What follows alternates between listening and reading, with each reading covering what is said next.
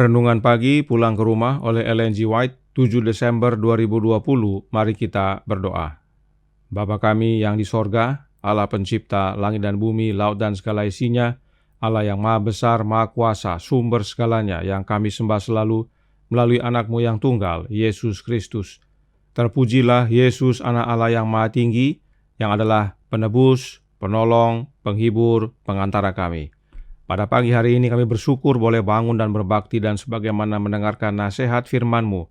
Kiranya pekabaran ini menggugah dan mengubahkan hidup kami, agar setia hanya kepada Allah Bapa dan percaya kepada Anak-Nya. Beserta kami sepanjang perbaktian ini kehendak-Mu yang jadi, ampun kami akan dosa dan salah, karena kami berdoa hanya melalui Anak Allah yang tunggal, Yesus Kristus, yang adalah Tuhan dan Juru Selamat kami. Amin. Renungan hari ini akan dibacakan oleh Saudara Wilson Mamentu. Silahkan, Saudara Wilson. Selamat pagi, saudaraku yang kekasih dalam Tuhan kita Yesus Kristus. Renungan pagi pulang ke rumah oleh Ellen G. White, 7 Desember 2020 dengan judul Kebangkitan Khusus Orang yang Hilang. Ayat tema terdapat dalam Matius pasal 26 ayat 64 yang berbunyi, "Mulai sekarang kamu akan melihat Anak Manusia duduk di sebelah kanan yang Maha Kuasa dan datang di atas awan-awan di langit." Suara yang menerusi telinga orang-orang mati mereka kenal. Betapa sering mereka telah mendengar nada lembut suara itu memanggil mereka untuk bertobat. Betapa sering suara itu mereka dengar bagaikan bujukan seorang sahabat, seorang saudara, seorang penebus. Kepada mereka yang menolak kasih karunia-Nya, tiada suara lain yang penuh dengan hukuman, yang penuh dengan celaan. Dan pada suara yang sejak lama mengajak, "Bertobatlah, bertobatlah dari hidupmu yang jahat itu. Mengapakah kamu akan mati?" Yehezkiel 33 ayat 11. Suara itu membangunkan ingatan-ingatan yang mereka ingin hapuskan. Amaran-amaran dibenci, undangan-undangan ditolak, kesempatan-kesempatan diremehkan. Ada di antara mereka yang mengejek Kristus dalam kehinaan-Nya. Dengan kuasa yang menggetarkan datang kepada pikiran mereka kata-kata penderita bila mana imam besar mendesak. Ia mengatakan dengan hikmat, "Mulai sekarang kamu akan melihat Anak Manusia duduk di sebelah kanan yang Maha Kuasa dan datang di atas awan-awan di langit." Matius 26 ayat 64. Sekarang mereka memandang Dia dalam kemuliaan-Nya dan mereka masih akan melihat Dia duduk di sebelah kanan kekuasaan. Mereka yang mencemoohkan pengakuan-Nya sebagai Anak Allah sekarang bungkam, tidak bisa berkata-kata. Di situ ada Herodes yang angkuh, yang mengejeknya mengenai gelar kerajaannya, dan yang memerintahkan serdadu-serdadu yang mengejek itu untuk memahkotainya menjadi raja. Di sana ada orang-orang dengan tangannya yang cemar memakaikan jubah ungu kepadanya, mahkota duri ke atas kepalanya yang suci, dan pada tangannya yang tak berdaya itu tongkat pura-pura, dan tunduk di hadapannya dengan ejekan-ejekan hujat. Orang-orang yang memukul dan meludahi raja kehidupan itu sekarang berpaling dari pandangannya yang tajam dan berusaha melarikan diri dari kemuliaan hadirat-Nya yang dahsyat itu. Mereka yang memaku tangan dan kakinya, serdadu yang menusuk lambungnya, melihat bekasnya dengan ketakutan dan penyesalan yang dalam. Dengan jelas, para imam penguasa mengingat kembali peristiwa Golgota. Dengan ketakutan yang menggetarkan, mereka mengingat bagaimana mereka dengan menggoyang-goyangkan kepala dengan ejekan kesetanan berkata, "Orang lain Ia selamatkan, tetapi dirinya sendiri tidak dapat Ia selamatkan. Ia Raja Israel? Baiklah Ia turun dari salib itu dan kami akan percaya kepadanya. Ia menaruh harapannya kepada Allah, baiklah Allah menyelamatkan dia jika Allah berkenan kepadanya." Matius 27 ayat 42 dan 43. Dikutip dari Alfa dan Omega jilid 8 halaman 677, 678. Terima kasih. Terima kasih atas penata layanan Saudara Wilson. Tuhan Yesus memberkati. Selamat pagi saudaraku dalam Tuhan.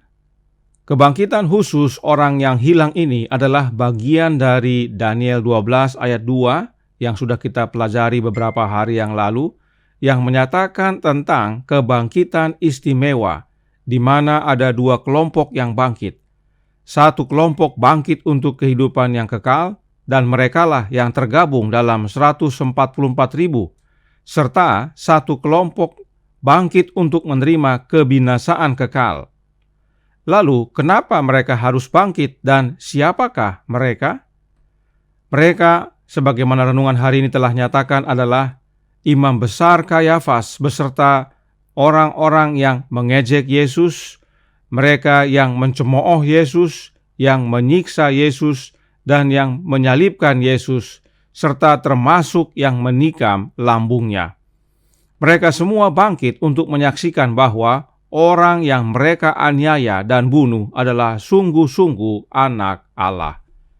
Sadarkah kita bahwa dasar utama Yesus disalibkan adalah karena dia mengaku sebagai anak Allah?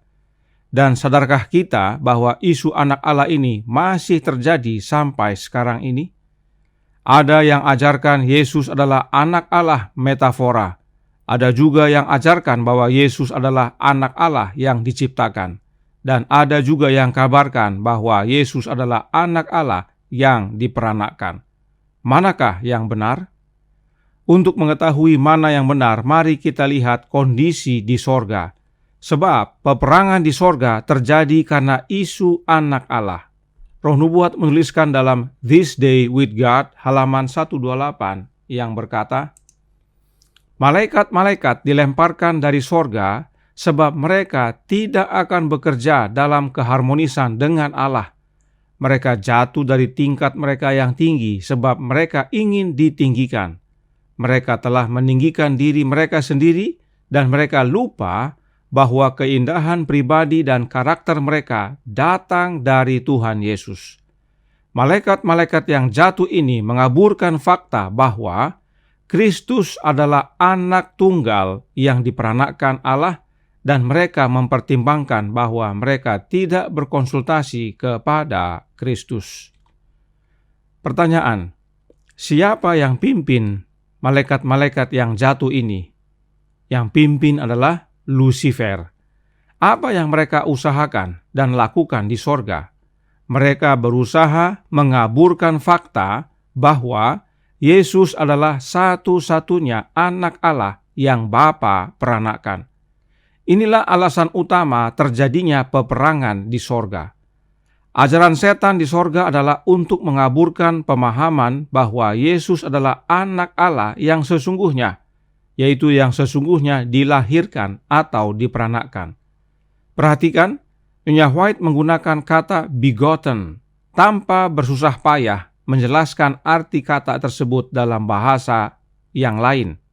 Contohnya bahasa Yunani. Nyonya White menggunakan kata begotten sebagaimana artinya dalam bahasa Inggris, yaitu diperanakkan. Jadi kita bisa memahami apa yang setan lakukan di padang gurun saat mencoba Yesus. Dia menggunakan taktik yang sama saat di sorga. Setan mempunyai banyak pilihan pertanyaan yang dapat dia tanyakan kepada Yesus. Tetapi pernahkah kita berpikir mengapa pertanyaan tentang anak Allah yang pertama dia tanyakan? Sebab pertanyaan itu adalah isu terjadinya peperangan di sorga, dan pada saat ada kesempatan, dia segera tanyakan kembali, dan dengan bertanya, dia mengakui bahwa dia sendiri ragu akan status Yesus sebagai anak Allah yang sesungguhnya. Peristiwa peperangan di sorga ini terjadi sebelum manusia diciptakan, dan isu tentang anak Allah sudah terjadi sejak saat itu. Bukan nanti setelah Yesus lahir sebagai manusia di Bethlehem. Jadi, mulai terlihat bahwa yang benar adalah Yesus anak Allah yang diperanakkan. Roh Nubuat melanjutkan dalam Signs of the Times Mei 30 tahun 1895 yang berbunyi, Begitu besar kasih Allah akan dunia ini sehingga ia mengaruniakan anak tunggal yang diperanakkannya, bukan anak melalui penciptaan sebagaimana para malaikat, bukan anak melalui adopsi sebagaimana orang berdosa yang diampuni, tetapi anak yang diperanakkan dalam gambar wujud pribadi Allah. Kembali, Nyonya White menuliskan bahwa Yesus adalah anak Allah yang diperanakkan dan bukan diciptakan serta bukan anak adopsi. Mengapa Nyonya White menyatakan demikian? Karena di dalam Alkitab ada 3 kategori anak Allah. Mari kita lihat ketiga kategori tersebut. Yang pertama, anak Allah melalui penciptaan. Lukas 3 ayat 38, anak Enos, anak Set, anak Adam, anak Allah. Kemudian Ayub 38 ayat 7, pada waktu bintang-bintang fajar bersorak-sorak bersama-sama dan semua anak Allah bersorak-sorai. Bintang-bintang di sini adalah para malaikat. Kemudian anak Allah melalui penebusan. 1 Yohanes 3 ayat 1, lihatlah betapa besarnya kasih yang dikaruniakan Bapa kepada kita, sehingga kita disebut anak-anak Allah, dan memang kita adalah anak-anak Allah. Karena itu dunia tidak mengenal kita sebab dunia tidak mengenal Dia. Inilah proses adopsi kita melalui anaknya Yesus Kristus.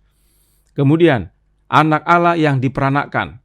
Yohanes 3 ayat 16, karena begitu besar kasih Allah akan dunia ini sehingga Ia telah mengaruniakan anaknya yang tunggal, the only begotten Son of God, supaya setiap orang yang percaya kepadanya tidak binasa, melainkan beroleh hidup yang kekal. Yohanes 1 ayat 14 juga berkata, firman itu telah menjadi manusia dan diam di antara kita, dan kita telah melihat kemuliaannya, yaitu kemuliaan yang diberikan kepadanya sebagai anak tunggal, the only begotten, anak tunggal Bapa, penuh kasih karunia dan kebenaran. Jadi, Adam dan para malaikat adalah anak Allah melalui penciptaan. Kemudian kita, umat Allah, adalah anak-anak Allah melalui penebusan. Serta Yesus Kristus adalah anak Allah yang diperanakkan. Firman Allah berkata bahwa Yesus adalah anak tunggal Allah, the only begotten Son of God, anak yang Bapa peranakkan. Satu-satunya jalan untuk Yesus disebut anak tunggal hanyalah melalui kelahiran. Sebab jika melalui penciptaan ada banyak anak Allah yang diciptakan, dan karenanya Yesus tidak bisa disebut anak tunggal. Dan jika melalui penebusan ada banyak juga anak Allah yang melalui penebusan, sehingga Yesus juga tidak bisa disebut anak tunggal. Jadi Yesus disebut anak tunggal Bapa adalah karena Dia anak yang Bapa peranakkan. Inilah yang setan mau kaburkan, agar orang tidak percaya bahwa Yesus adalah anak yang Bapa peranakkan. Bagaimana dengan Yesus? Apa pernyataan Yesus tentang dirinya? Yohanes 8 ayat 42 berkata, kata Yesus kepada mereka, jikalau Allah adalah Bapamu, kamu akan mengasihi aku, sebab aku keluar dan datang dari Allah. Dan aku datang bukan atas kehendakku sendiri, melainkan Dialah yang mengutus aku. Kristus menyatakan tentang siapa dirinya bahwa Dia adalah anak yang diperanakkan Bapa, yaitu yang keluar dari Bapa. Itu sebabnya orang-orang Yahudi marah. Yohanes 5 ayat 18 mengatakan, sebab itu orang-orang Yahudi lebih berusaha lagi untuk membunuhnya, bukan saja karena Ia meniadakan hari Sabat, tetapi juga karena Ia mengatakan bahwa Allah adalah Bapanya sendiri, dan dengan demikian menyamakan dirinya dengan Allah. Orang Yahudi marah karena Yesus mengakui dirinya anak Allah dan bahwa Allah adalah Bapanya. Nah, perhatikan, Yohanes 8 ayat 41 menyatakan, kamu mengerjakan pekerjaan bapamu sendiri. Jawab mereka, kami tidak dilahirkan dari zina, Bapa kami satu, yaitu Allah. Orang Yahudi sendiri akui bahwa Allah adalah Bapa mereka. Tapi kenapa mereka marah saat Yesus mengatakan bahwa Allah adalah Bapanya juga dan bahwa Dia adalah anak Allah? Mereka marah karena sebagaimana Yohanes 8 ayat 42 tadi, Yesus berkata bahwa dia adalah anak yang keluar dari Bapa, artinya yang diperanakkan Bapa. Sesungguhnya, inilah yang membuat orang Yahudi marah, sebab mereka paham jika lahir dari Bapa, anak Bapa yang sesungguhnya, maka Yesus sama dengan Bapanya, yaitu sama-sama ilahi. Inilah dasarnya mereka marah. Orang Yahudi tidak marah tentang anak penciptaan atau anak penebusan, tetapi orang Yahudi marah karena Yesus akui dirinya sebagai anak yang diperanakkan Bapa.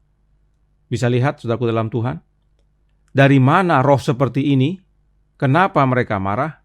Karena roh seperti ini datangnya dari setan. Sebab dialah yang memulai pertentangan ini sehubungan dengan anak Allah waktu di sorga. Lalu bagaimana dengan Allah Bapa sendiri? Apa yang Bapa nyatakan tentang anaknya? Matius 3 ayat 17 berkata, "Lalu terdengarlah suara dari sorga yang mengatakan, Inilah anakku yang kukasihi, kepadanyalah aku berkenan."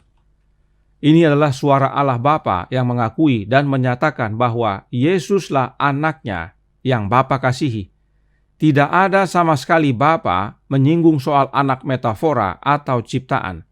Sebab hanya kepada anak yang Bapa peranakkanlah Bapa menyatakan pengakuan istimewa ini. Nah, ini adalah peristiwa baptisan Yesus. Perhatikan Roh Nubuat menjelaskan peristiwa ini dalam Spirit of Prophecy, volume 2, halaman 60, paragraf 2. Belum pernah sebelumnya malaikat-malaikat mendengarkan doa seperti yang Kristus panjatkan pada saat pembaptisannya. Dan mereka, yaitu para malaikat, berusaha menjadi pembawa pesan dari Bapa kepada anaknya. Tapi tidak, langsung dari Bapa keluar terang kemuliaannya. Langit dibuka dan sinar kemuliaan berlabuh di atas anak Allah, dan dalam bentuk seekor burung merpati tampak seperti emas yang dipoles. Bentuk seperti burung merpati adalah lambang. Saya ulangi, bentuk seperti burung merpati adalah lambang dari penurutan dan kelembutan Kristus.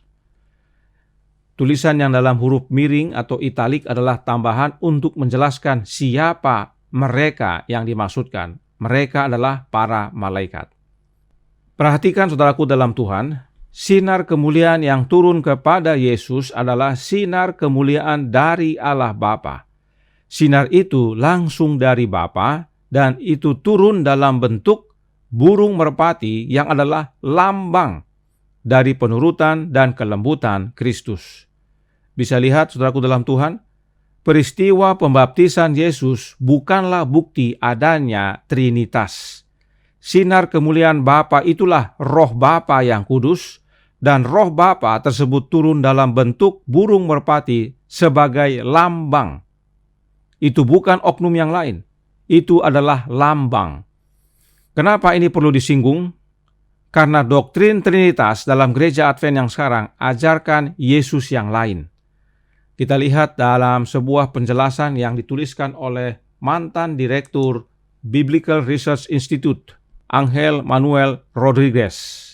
Dia menulis tentang sebuah artikel, A Question of Sonship, sebuah pertanyaan tentang status anak, ya, dalam hal ini soal anak Allah, status tentang Yesus Kristus. Dia menyatakan dalam artikel ini sebagai cuplikan saja. Pertanyaan, apa arti Alkitab ketika mengacu pada Yesus sebagai anak Allah? Jawaban, Kristus adalah putra Allah yang kekal. Kita berurusan dengan penggunaan metafora dari kata anak. Anak bukanlah anak Bapa yang alami dan harafiah. Apa arti dari metafora? Metafora artinya kiasan, bukan yang sebenarnya. Nah, melalui majalahnya, Gereja Advent yang sekarang ini mengajarkan bahwa Yesus adalah anak Allah, anak yang merupakan hanya metafora, hanya kiasan, bukan alamiah, bukan yang sebenarnya. Kembali, ini bukan untuk menyalahkan individu atau organisasi, tetapi ini adalah bukti adanya masalah. Ajaran ini tidak selaras dengan Alkitab dan Roh Nubuat. Dan dari mana sumbernya? dari setan. Setan berusaha kaburkan fakta bahwa Yesus adalah anak yang diperanakan Bapa sesungguhnya. Mungkin beberapa dari kita dan mungkin banyak yang terkejut. Tapi inilah fakta yang terjadi di dalam gereja. Bagi yang mau belajar dan mendalami tentang Yesus adalah anak Allah, silahkan ikuti beberapa pelajaran di bawah ini dan linknya kami cantumkan dalam kolom deskripsi. Sebagai penutup, Nyonya White menuliskan dalam Alfa dan Omega jilid 5 halaman 15 yang berkata, "Demikianlah di istana surga dalam pelayanannya kepada semua makhluk, oleh Putra yang kekasih itu, hidup Bapa mengalir kepada sekaliannya. Melalui Putra itu hidup tersebut kembali pula dalam rupa puji-pujian dan pelayanan gembira, gelombang kasih yang meluap-luap kepada sumber besar dari semuanya."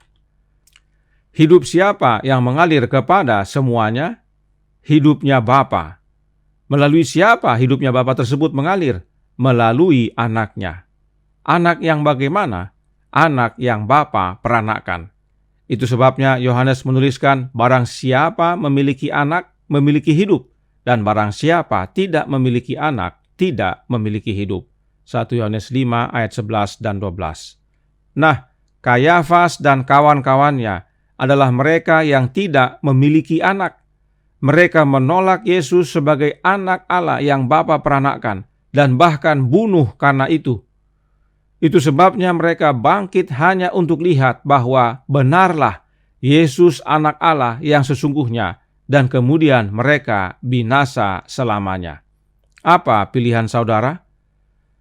Pelajaran ini memanggil kita semua untuk kembali kebenaran Alkitab dan Roh Nubuat, yaitu percaya dan menerima bahwa Yesus adalah anak Allah yang diperanakan Bapa, agar jangan kita binasa, tetapi beroleh kehidupan yang kekal, sebab semuanya Allah Bapa telah karuniakan di dalam anaknya, anak yang Bapa peranakan. Tuhan memberkati, saya bawa dalam nama Yesus. Amin. Mari kita berdoa. Bapa kami yang di sorga, Allah pencipta langit dan bumi, laut dan segala isinya, Allah yang maha besar, maha kuasa, sumber segalanya, yang kami sembah selalu melalui anak-Mu yang Engkau peranakan, Yesus Kristus. Terima kasih atas kebenaran pagi hari ini. Memanggil kami semua untuk kembali menerima anak-Mu yang tunggal, Yesus Kristus, sebagai anak yang Engkau peranakan. Sebab dalam Dialah hidup yang kekal itu. Dan menerima Dia, kami menerima hidup yang kekal. Tolong kami ya Bapa, curahkan roh anak-Mu dalam hati ini, beserta kami sepanjang hari ini kehendak-Mu yang jadi. Ampun kami akan dosa dan salah, karena kami berdoa hanya dalam nama anak Allah yang tunggal, Yesus Kristus, yang adalah Tuhan dan Juru Selamat kami. Amin.